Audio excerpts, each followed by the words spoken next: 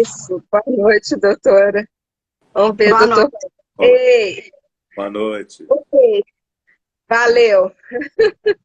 Boa noite a todos. A gente está começando exatamente às 20 horas, para não perder nenhum minutinho da conversa com duas pessoas, primeiro, que eu amo muito, que eu tenho muita admiração.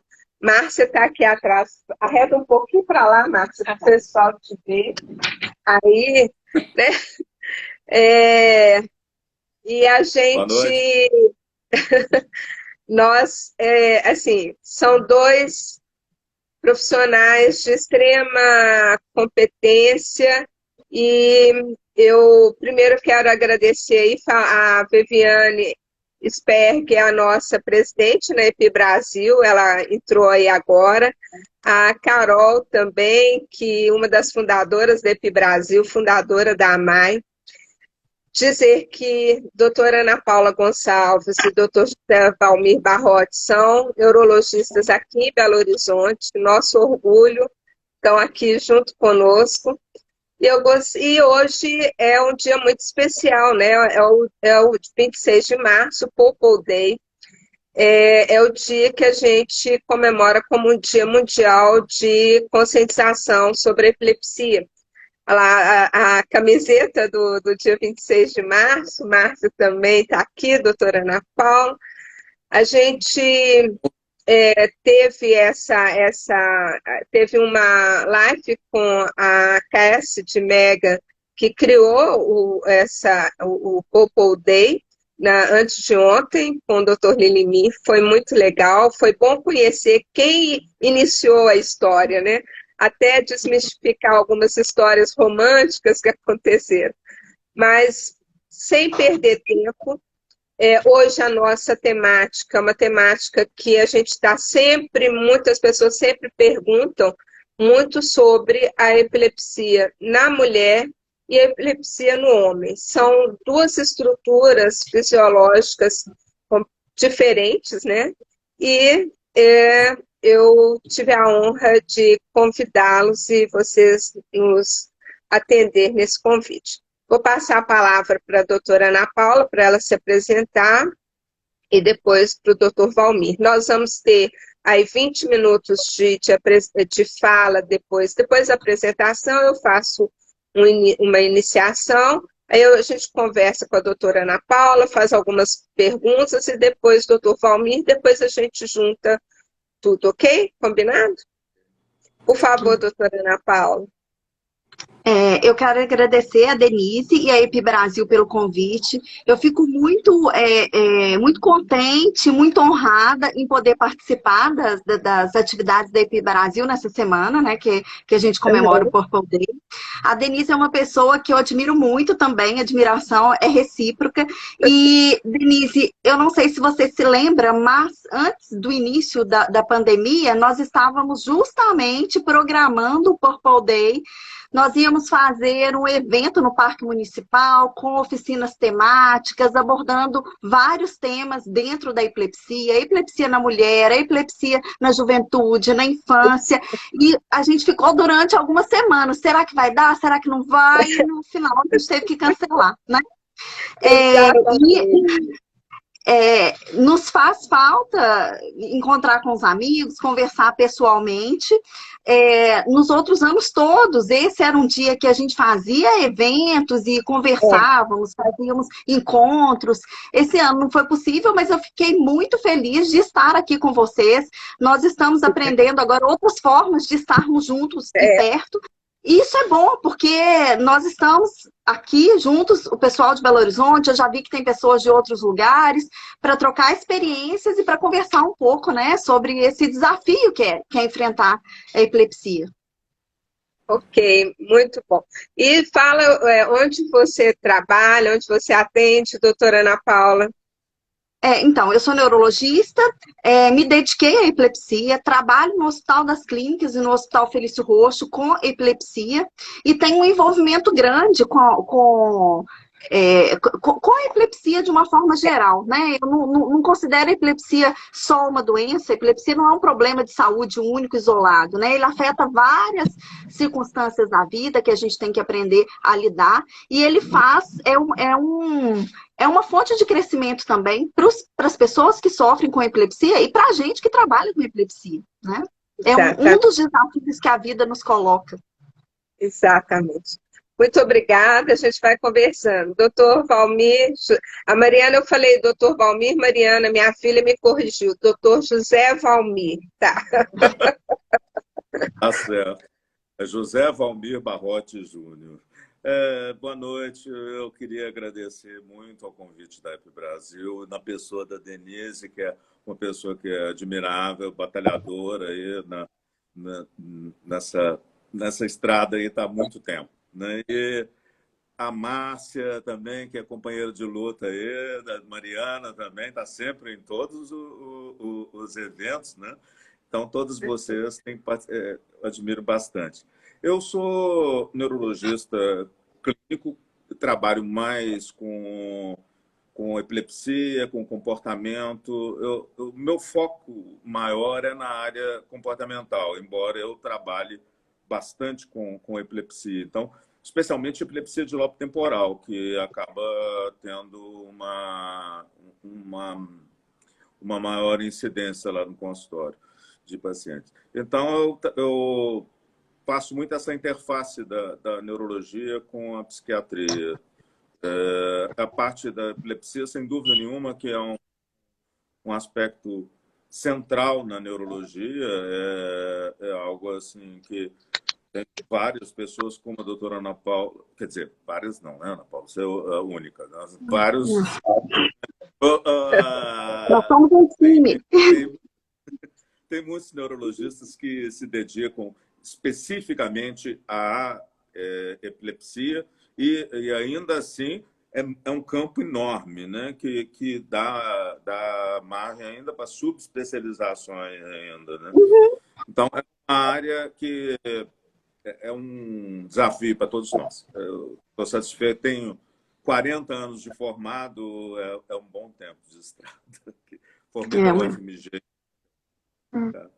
Eu vou só contar uma particularidade aqui, doutora Ana Paula. A filha do doutor José Valmir Barrote, a Isis Barrote, ela formou agora em medicina e está agora no mestrado em neurologia, assim. Foi nossa médica no centro de saúde, onde a gente faz os acompanhamentos. Eu fico feliz da vida de ver pessoas dedicadas e dando continuidade ao caminho, né? Porque a questão da neurologia, a gente ainda tem poucos neurologistas e que com a dedicação para a epilepsia, conforme Isa já aprendeu com o pai e está muito ligada também a gente do movimento, isso é muito, muito bonito. Por favor, doutora Ana Paula. Não, eu queria falar com o doutor Valmir, parabenizar pela filha, né? E que, veja, 60% dos pacientes, né, das pessoas que sofrem com epilepsia, acabam sofrendo também de algum transtorno de humor, porque é um problema de saúde que mexe muito com o emocional, né? É atividade elétrica cerebral, então mexe com a vida toda. Então, esse olhar para o emocional e para as questões, né, psiquiátricas da pessoa que está com epilepsia, ela é essencial. Nós temos que estar bem atentos a isso, né? Sem dúvida.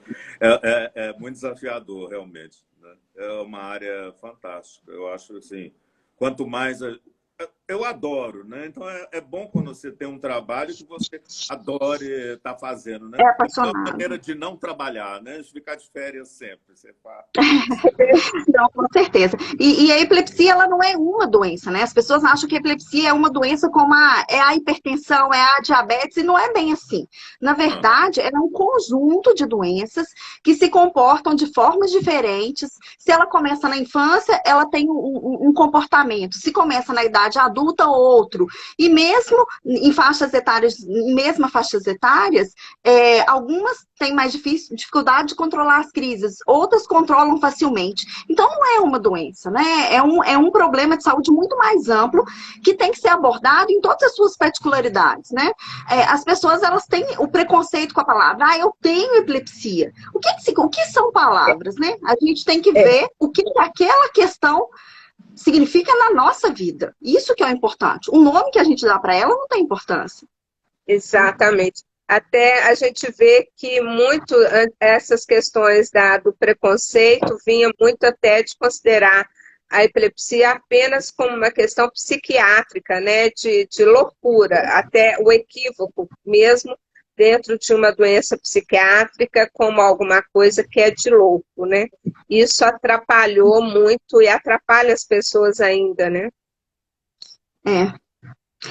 Eu penso que a nossa sociedade está tão evoluída em tantos aspectos, né? Veja na questão aqui agora da comunicação, na parte da informática evoluiu tanto, e a epilepsia é um ponto tão antigo que acompanha todos nós há tantos anos, e eu vejo que a gente evoluiu pouco, não no conhecimento e no tratamento, isso eu acho que a gente até evoluiu bastante, mas na forma como as pessoas lidam com essa questão.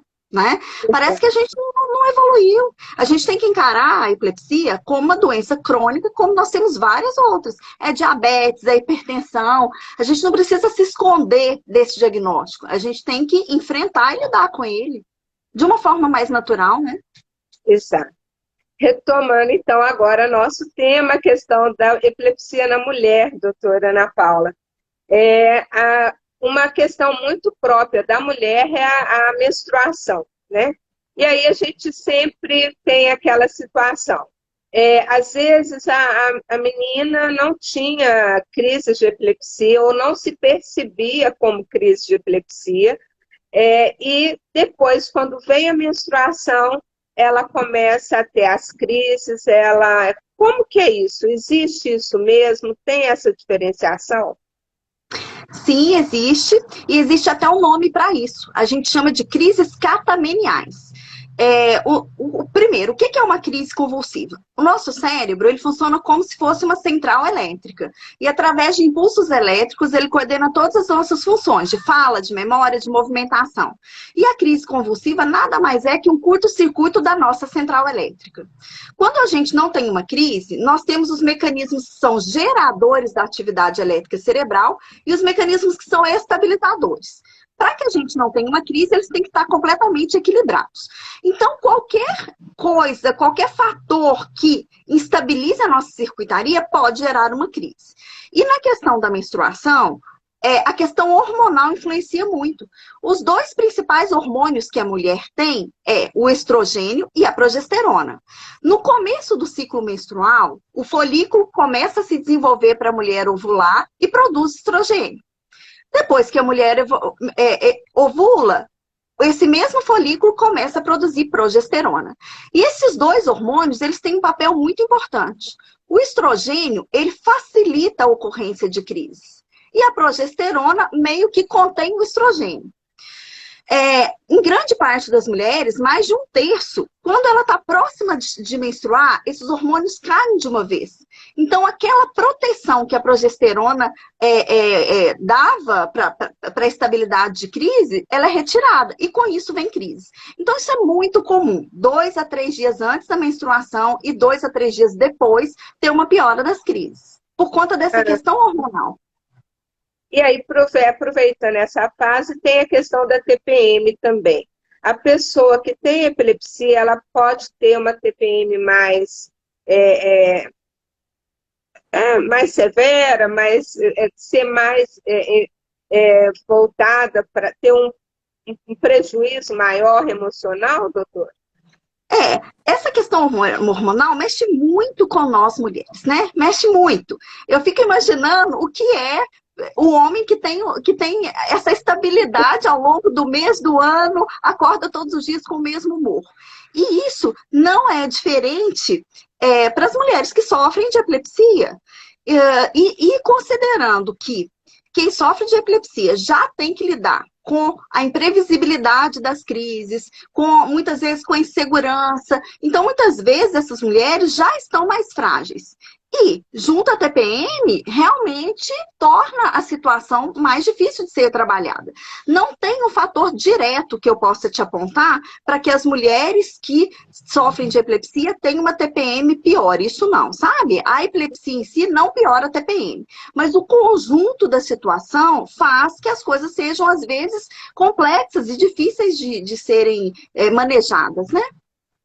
E com relação à gravidez, né? A mulher com epilepsia, ela pode tomar qualquer anticoncepcional, ou o anticoncepcional tem que ter uma formulação própria, diferenciada? O ginecologista tem essa ideia?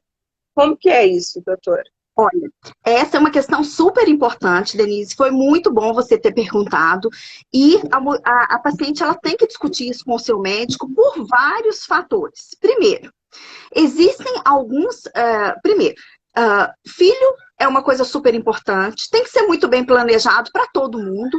E para quem tem crises, a gravidez planejada ela é essencial. Para quê? Para que a gente tome o remédio mais seguro que existe, né? Uma mulher que sofre de crise, ela pode engravidar, ela pode ter seus filhos, pode construir a sua família, mas é preciso que isso seja muito bem planejado. Enquanto esse não é um desejo, o uso de método anticoncepcional ele é essencial. E aí entram algumas questões em jogo. Grande parte dos remédios que são usados contra as crises, carbamazepina, fenitoína, o fenobarbital, eles reduzem a ação do anticoncepcional. Então, tem um índice muito maior de falha. A gente não pode confiar no anticoncepcional quando a gente usa esses medicamentos. Sim. Por outro lado, quem usa lamotrigina, o anticoncepcional reduz o efeito da lamotrigina. Então, o mais seguro e o mais recomendado para as mulheres que sofrem de crises é o DIU. O DIU de Mirena ou o DIU de cobre. Mas é o método contraceptivo mais indicado e mais seguro nessa situação. Certo. Essa é muito importante, porque às vezes o médico, o clínico geral que atende no centro de saúde, como a gente fala muito da necessidade da capacitação, ele pode não trabalhar com essas formas, né? Isso é muito sério.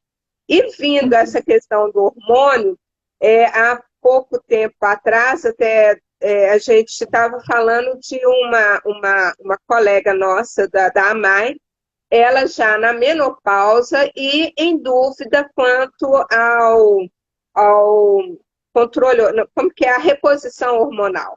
É possível que a mulher com epilepsia, se ela já está com as crises controladas ou que tem epilepsia de difícil controle, tem alguma diferença? É possível isso? Porque ela falava do excesso de calor, que era um incômodo muito grande. Não, isso é uma questão importante também, uma questão complexa.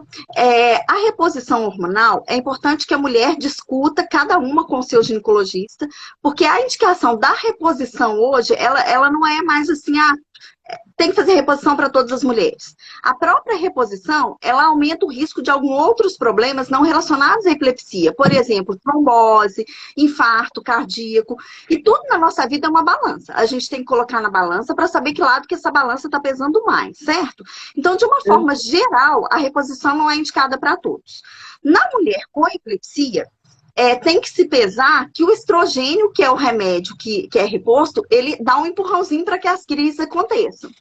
Então, isso tem que ser ponderado com o ginecologista. Se a mulher está com uma qualidade de vida muito ruim, não consegue dormir, não está com os calores intensos e isso está prejudicando muito o humor dela, então a gente coloca na balança e vê se vale a pena tentar. Ela pode sim, se o ginecologista achar que para aquele caso está indicada a reposição hormonal, pode tentar. Ela tenta e vê. Não, piorou muito as minhas crises. Claro, certo? Então, tudo é balança nossa.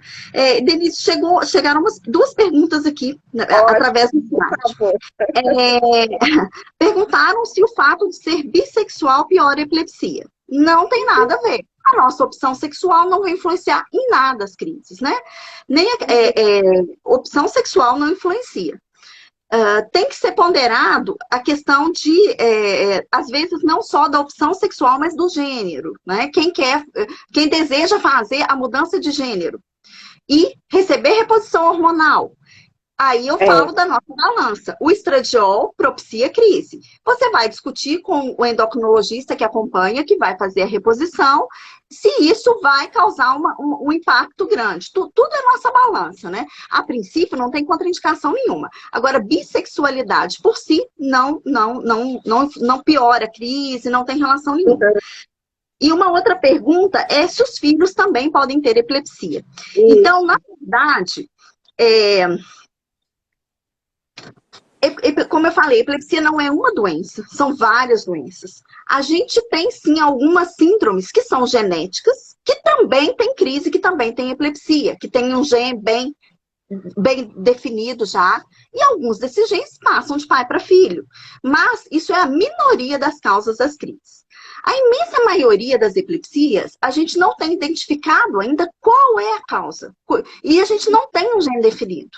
Então, não passa necessariamente de pai para filho. Há sim uma tendência em quem tem pessoas com epilepsia na família de ter crise, mas essa probabilidade, ela aumenta muito pouco. Não é uma coisa que a gente deve preocupar e não é um motivo para a gente deixar de ter filho porque alguém tem crise.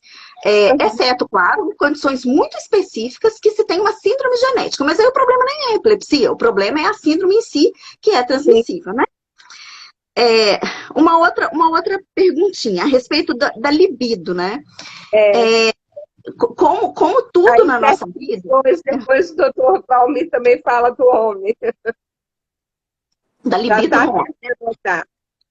Como tudo na nossa vida, as coisas não tem um determinante. Ela é multifatorial, tudo influencia um pouco. Para a gente estar bem, para a gente estar bem disposto, para a gente estar animado para namorar, a gente tem que estar em paz, com o coração em paz, tem que estar descansado, tem que ter dormido bem. Então, cada coisa influencia um pouquinho, certo?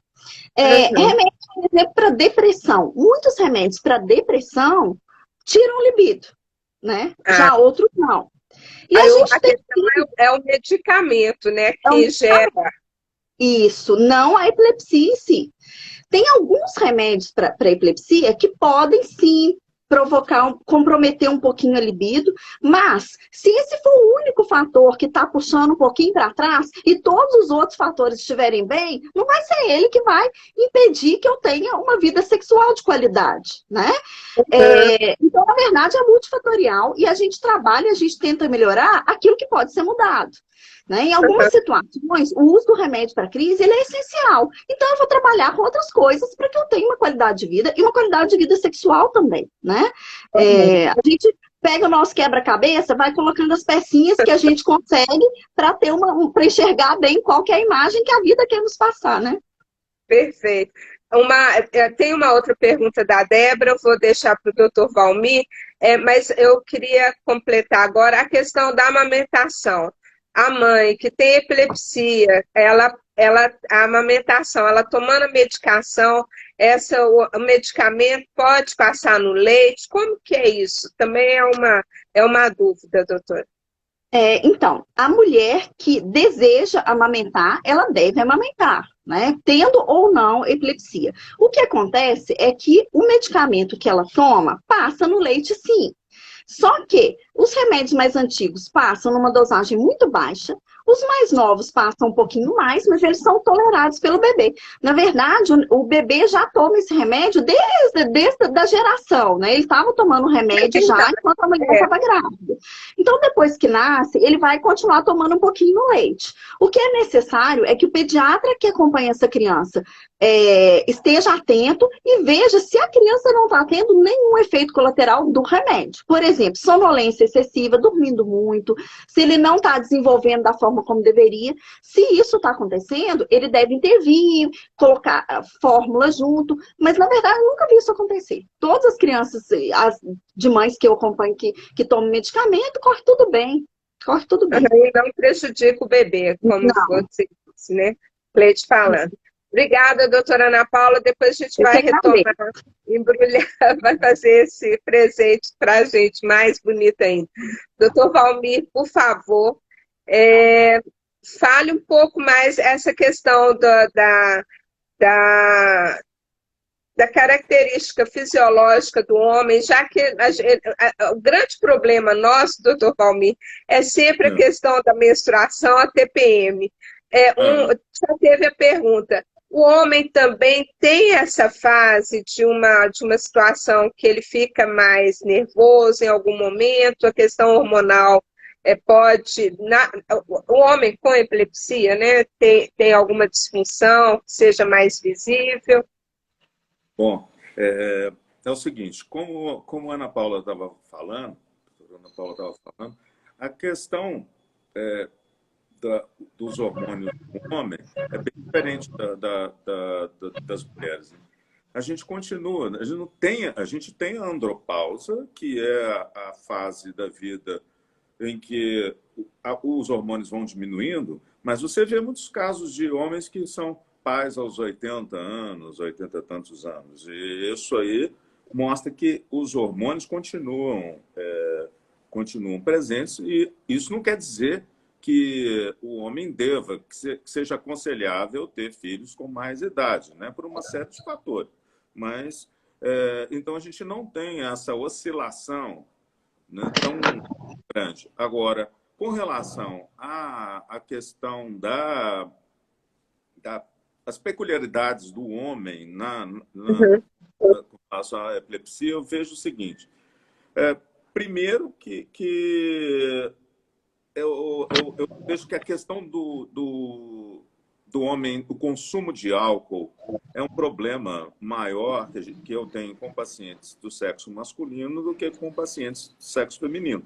Normalmente, a gente não tem problema de consumo de álcool, que aí vai interagir com a medicação e vai tornar possível o maior número de crises. A gente orienta sempre as pessoas naquele sentido assim, não deve beber, né?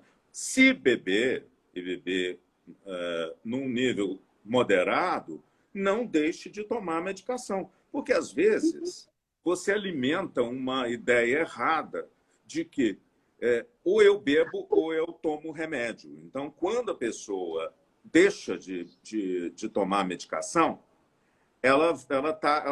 os níveis sanguíneos caem demais do medicamento, e o efeito direto do próprio álcool vai facilitar, né? São duas coisas. Então, a gente explica, às vezes as mães dos jovens chegam assim, fala, doutor, fala para ele que ele não deve beber. É verdade. Eu sei se eu tivesse esse poder de fazer ele não beber só falando, tudo bem. Mas eu digo para ele, assim, ó, você bebendo, você não deixe de tomar a medicação. Então, a aderência ao tratamento, acho que as mulheres são mais disciplinadas na questão do tratamento.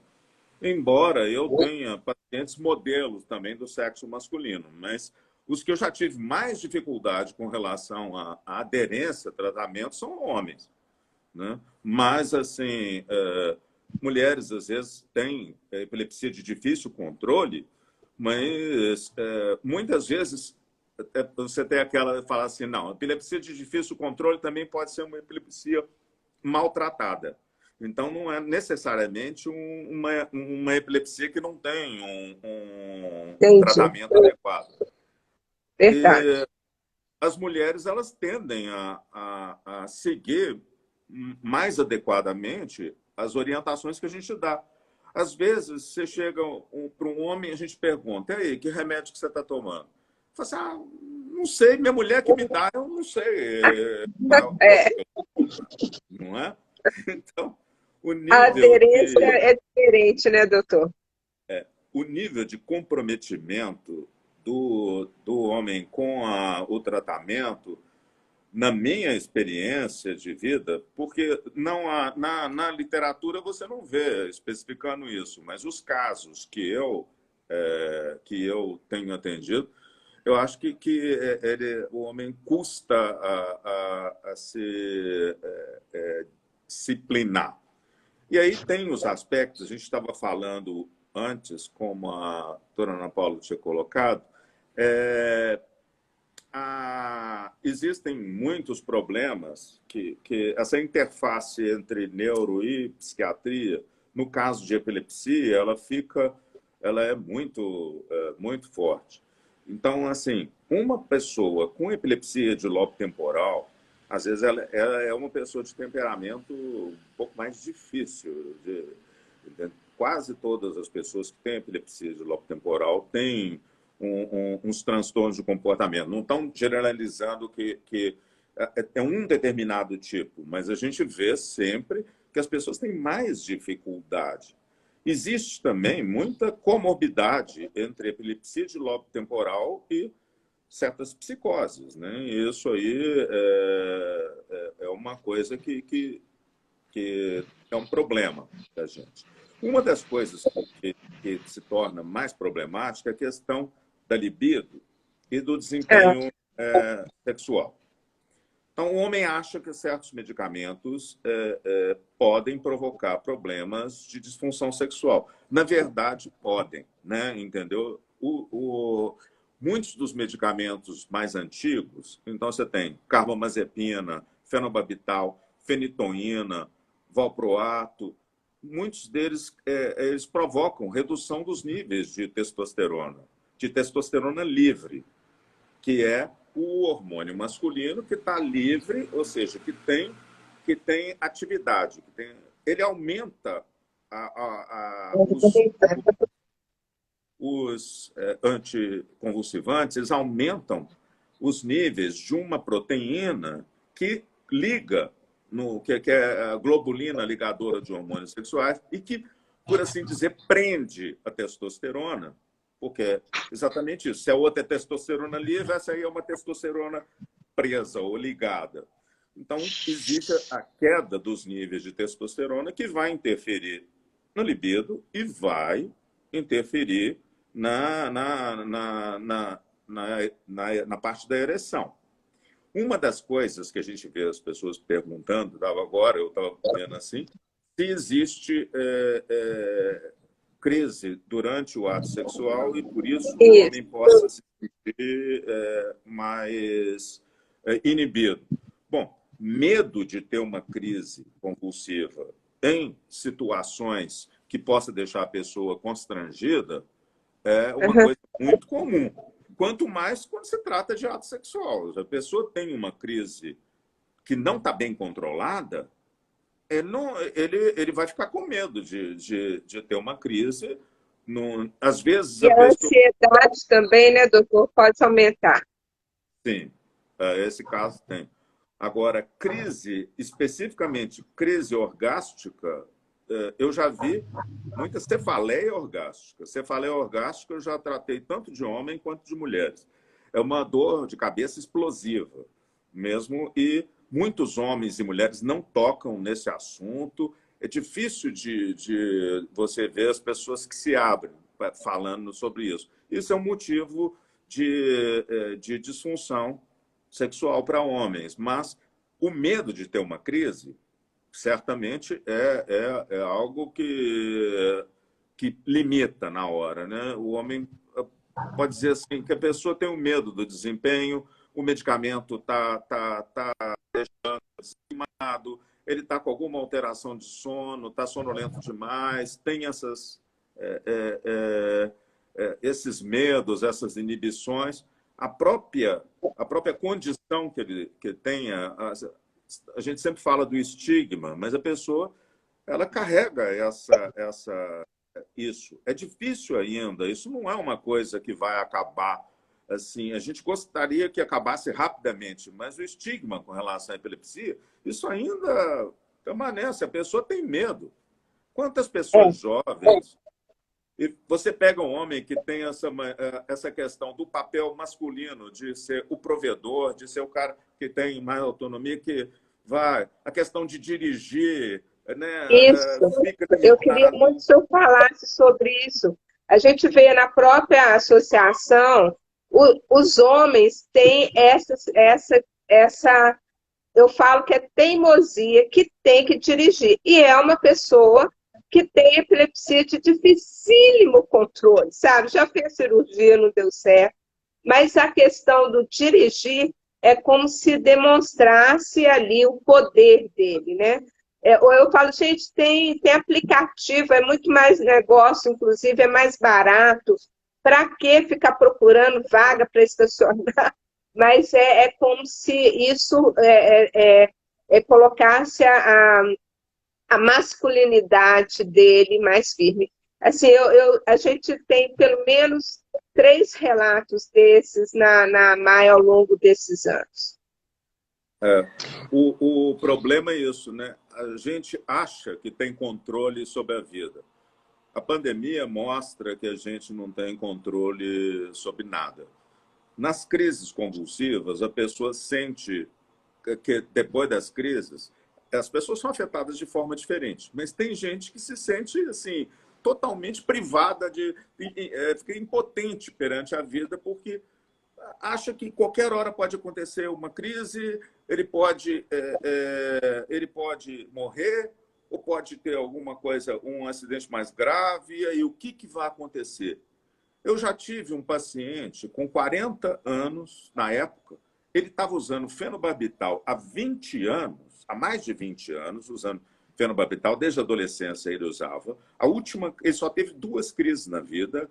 A última crise que ele teve foi aos 18 anos, e ele precisou fazer terapia para poder tirar o fenobarbital, porque eu falei para ele, você não precisa desse medicamento. A gente já fez o eletro, estava normal. Há uma ressonância mais específica para rastrear, para ver se tinha alguma alteração cortical, alguma heterotopia cortical, qualquer coisa assim, uma alteração no córtex. Não tinha. Expliquei para eles de todo jeito, mas a gente teve que fazer uma retirada extremamente demorada e homeopática. Eu usei, quer dizer, foi gotinhas de fenobarbital até conseguir tirar. E ele com auxílio de terapia. Mas por quê? Porque a mãe dele sempre colocou na cabeça dele que se ele tirasse o remédio, ele ia morrer. Entendeu? Ai.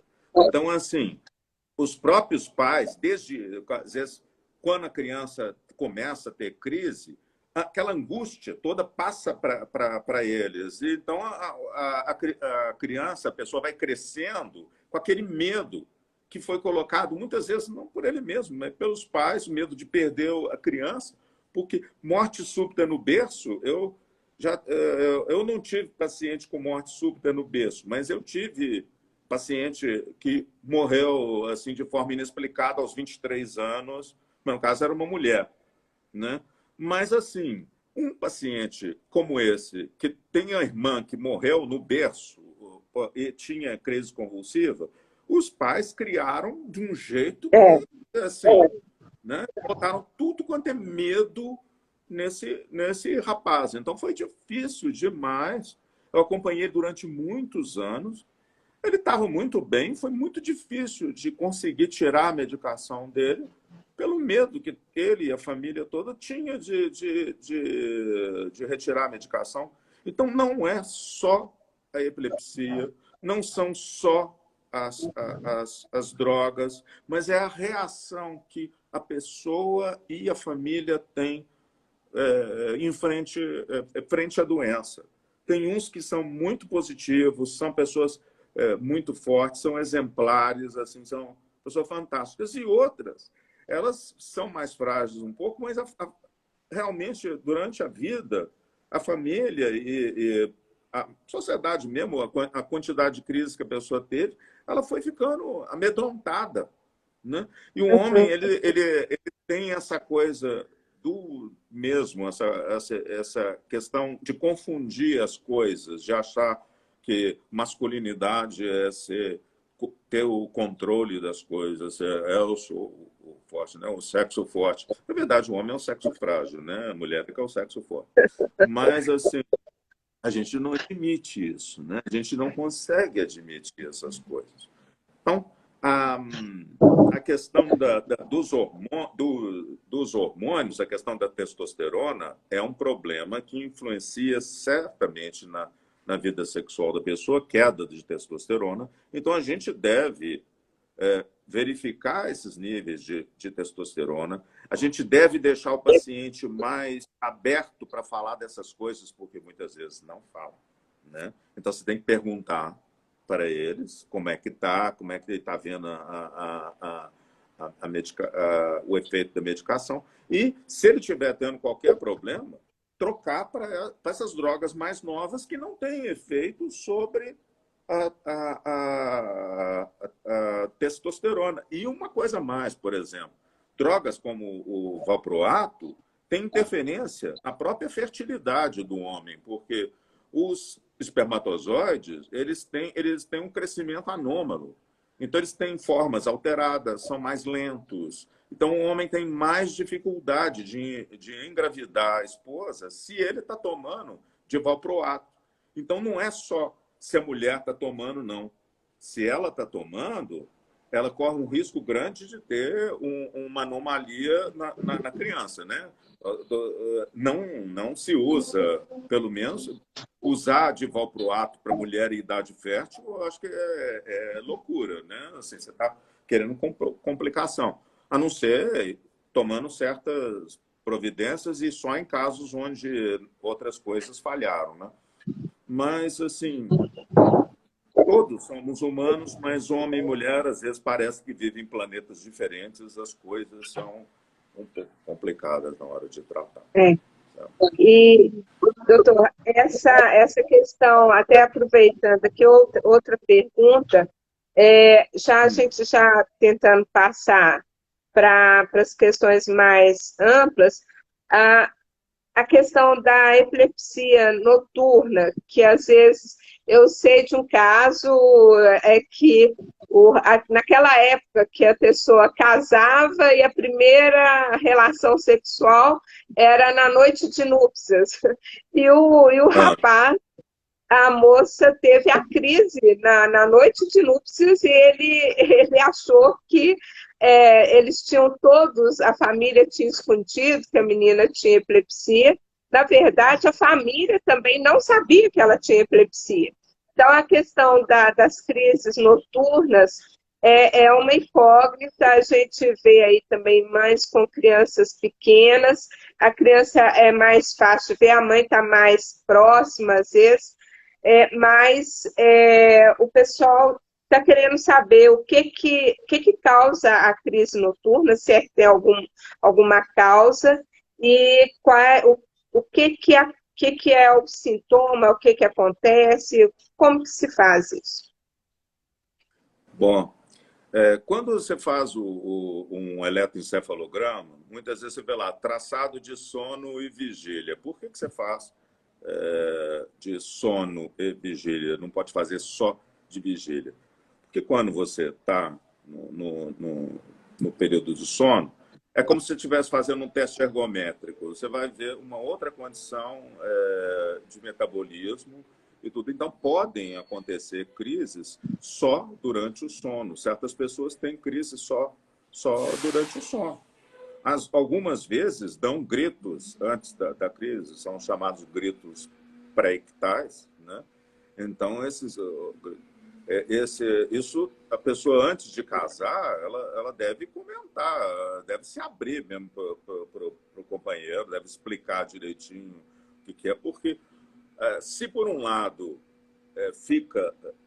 não é que seja mais confortável, mas vamos dizer assim, que se as crises são durante o sono, a pessoa, ao longo do dia, ela fica mais segura, porque ela vai ter as crises numa condição em que ela está deitada, está na cama, né, dormindo. Então, assim, existe esse aspecto do metabolismo nosso, da atividade elétrica cerebral, que predispõe a crises em certas pessoas durante o período de sono. Assim como tem tipos de epilepsia, que são chamadas de epilepsia também, epilepsia reflexa, que são causados por estímulos sonoros, estímulos visuais, tem crises de vários tipos, quando você é exposto a padrões, xadrez e tudo isso aí, epilepsias desse tipo são até mais comuns em mulheres do que em homens, se eu não me engano, esse tipo de epilepsia, né? Porque o homem a gente tem, falando em termos de não existe muita diferença em termos de prevalência para homem e para mulher, mas o homem tem mais epilepsia secundária a lesões, porque ao longo da vida o homem é mais sujeito a ter traumatismos cranianos. Então, há epilepsias cuja origem é lesional e o homem está mais sujeito a esse tipo de crise por causa dessa maior propensão a ter esses traumatismos, né?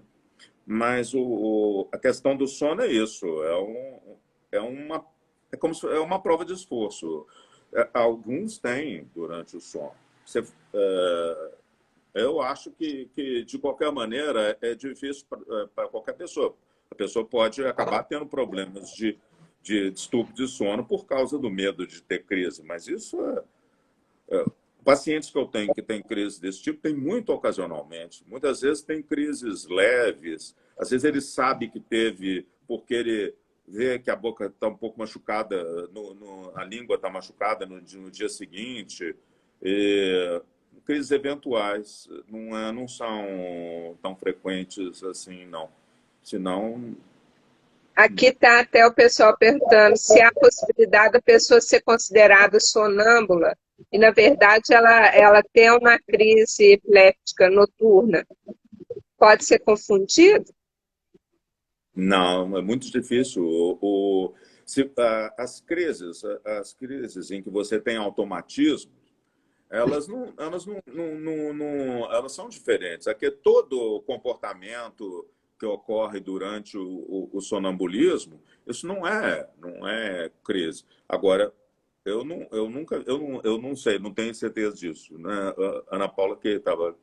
Se durante uma crise de sonambulismo a pessoa pode ter uma crise convulsiva. Agora, eu não sei qual que é a frequência disso, eu nunca tive essa curiosidade de ver.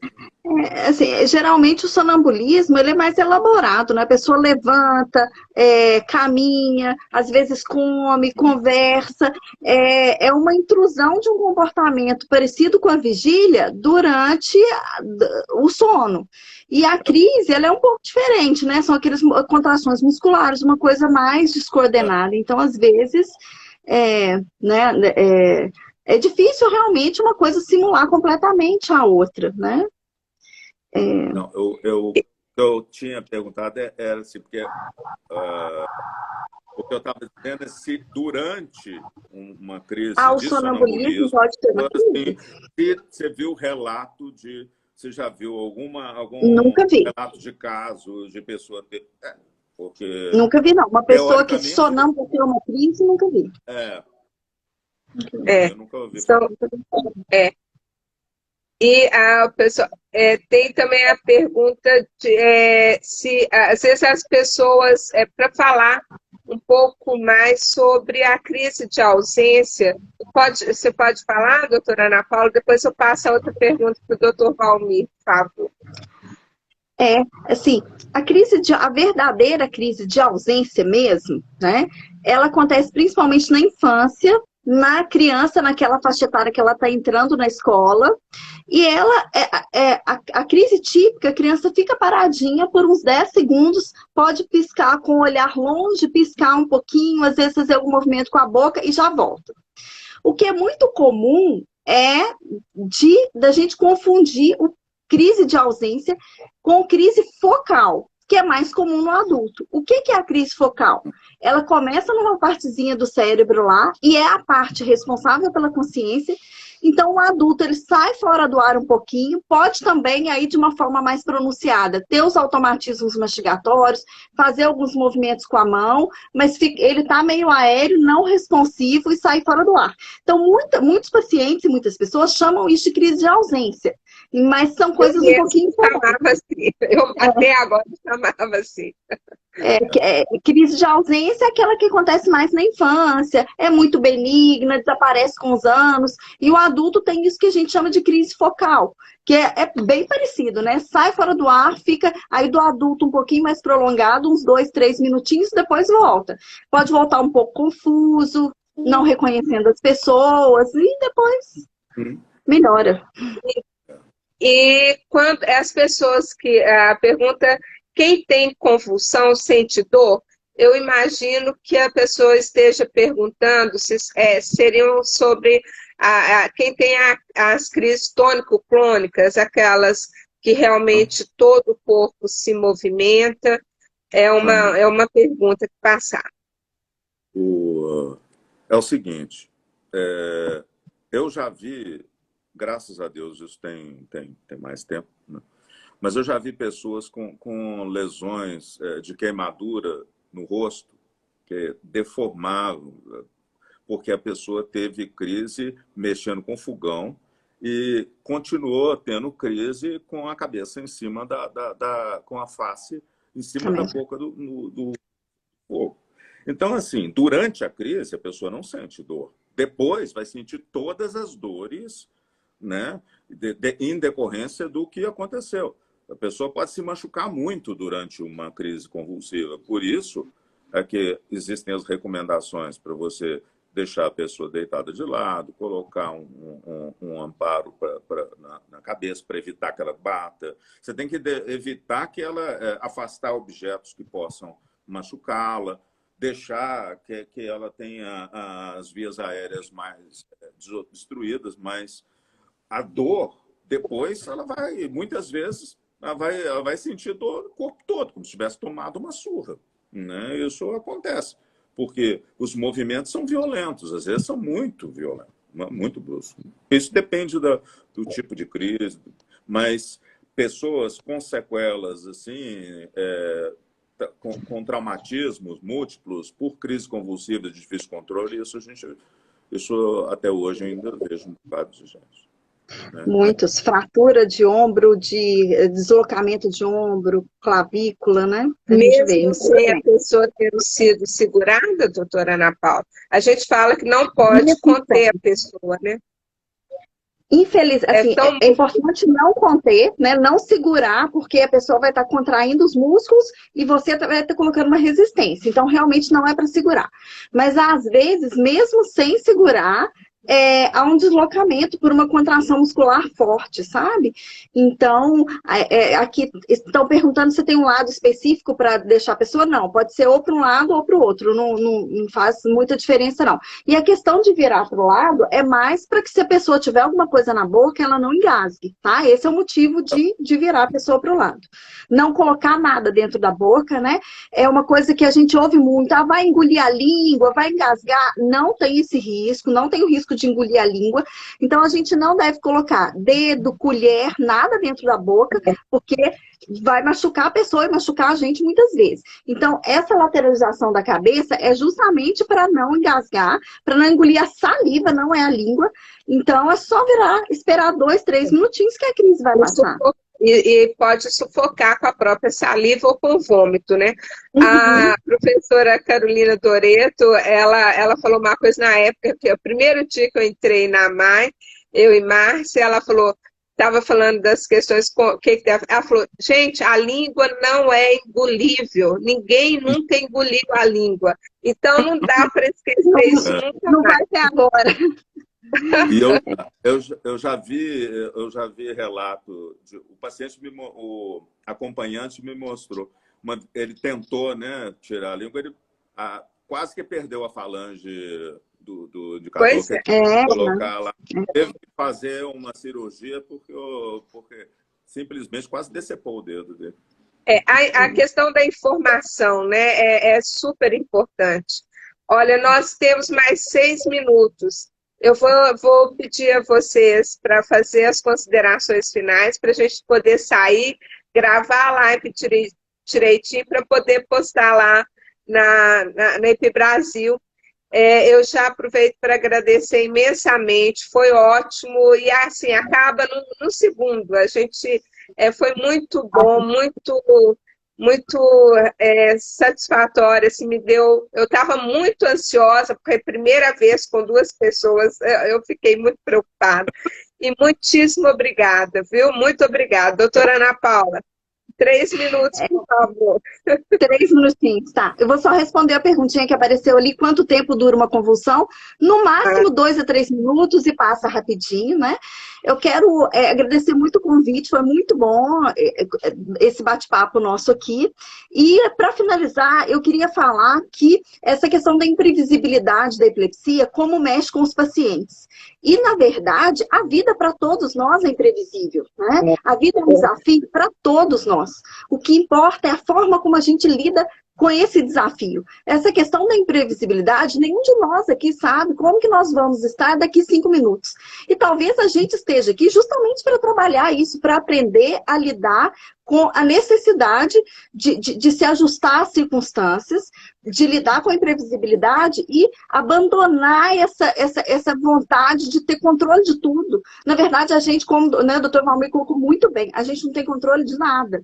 E o nosso desafio é justamente isso, lidar com a imprevisibilidade e entender e aceitar que a gente não tem controle da vida, né? O grande passo é a gente saber se colocar no meio desse jogo todo, que é a vida, que é complexo, né?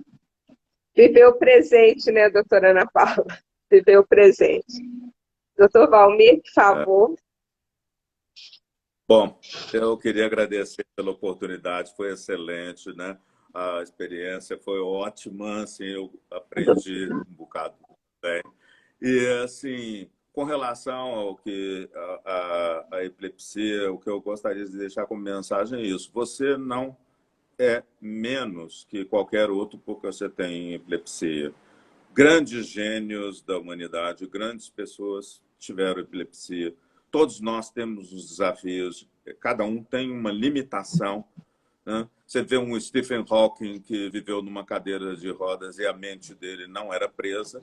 Outras pessoas têm o corpo livre, mas a mente presa. Então, assim, a pessoa que tem epilepsia só tem que entender que todos têm limites e a gente tem que aceitar os limites que a vida nos impôs, assim, e testá-los sempre. É óbvio que a gente só sabe quais são os nossos limites quando a gente testa, senão a gente não sabe, né? Mas entender que a cada dia é um desafio novo, que muitos casos de epilepsia têm cura, outros assim, vão ter que conviver com o problema ao longo da vida toda, né?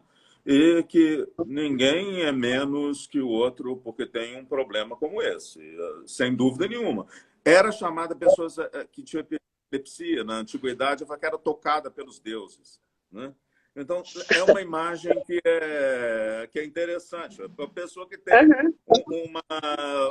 um canal especial de comunicação com o divino. Mas, assim, a gente tem que ver, somos todos humanos, a pandemia está mostrando que realmente a gente não tem controle, né? E vamos esperar que as coisas melhorem, com certeza vão melhorar, todos nós vamos passar por esses desafios. E muito obrigado pela oportunidade, tá? Por tudo, foi ótimo. Obrigada, agradeço agora em nome da Fefiane, presidente da EPI Brasil, de todas as associações e movimentos de epilepsia do Brasil. Vocês fecharam os eventos da semana aí de uma forma brilhante. Muitíssimo obrigada, viu? Obrigado. Tchau. Oportunidade. Tchau. Tchau para todos. Obrigada a todos que assistiram. Obrigado. Obrigada.